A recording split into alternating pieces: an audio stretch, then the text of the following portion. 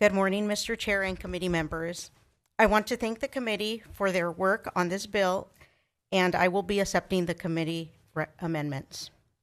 I'm here to present Assembly Bill 1482, also known as Bowie's Law. The bill is about bringing more transparency and accountability to our animal shelters and breeders, and ultimately about giving more animals a fair shot at finding a good home. This is a personal for me. I've adopted shelter pets myself, and I can say from experience, it's life-changing. These animals have brought joy, companionship, and comfort to me, just like they do for so many others across the state. But not every animal gets that chance. Right now, too many adoptable pets are being euthanized simply because people never knew they were there. Bowie's Law helps fix that. It requires shelters to post available animals online in a visible way so that the public can see who's out there and who's waiting for a home. This is a simple, low-cost solution that can make a big difference in helping families connect with animals in need. The bill also asks the state to take a serious data-driven look at overcrowding in our shelters so we can find real, long-term solutions without guesswork.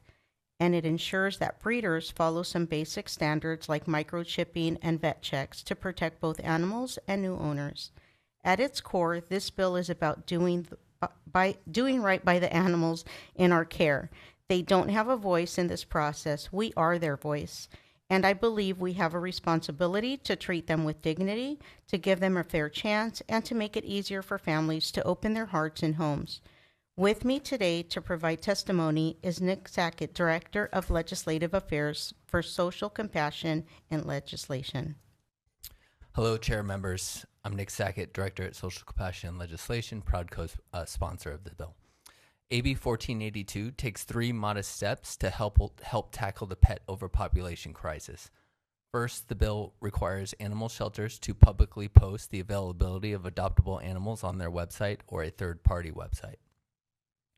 By ensuring that all animal shelters are posting their adoptable animals online, we can ensure that those looking to add a pet to their family are able to see the many wonderful pets available without having to necessarily travel to the shelter first. Additionally, posting online helps animal rescues know who's available and where their help is needed most. Secondly, the bill reduces the threshold of sold dogs to be considered a breeder for the purposes of state regulation, as well as requiring all breeders to microchip and inoculate the dogs they sell. According to the American Humane Society, each year approximately 10 million pets are lost in the United States, and more than 6 million animals wind up in the nation's shelters.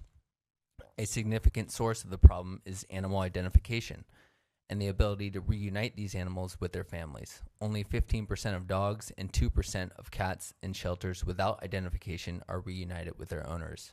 Ultimately, this leads to millions of taxpayer dollars needlessly spent on sheltering and euthanizing pets. Ensuring that breeders are also properly inoculating the dog they sell will cut down on these new pet owners from incurring expensive veterinary bills early in the animal's life, which can lead to the owner to surrender the animal to a shelter.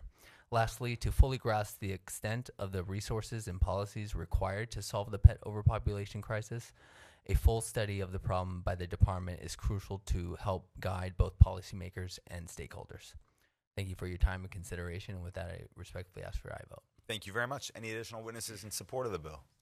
Mr. Chair and members, Monica Miller on behalf of Fix Our Shelters and Lucky Pup in support. Thank you. Thank you.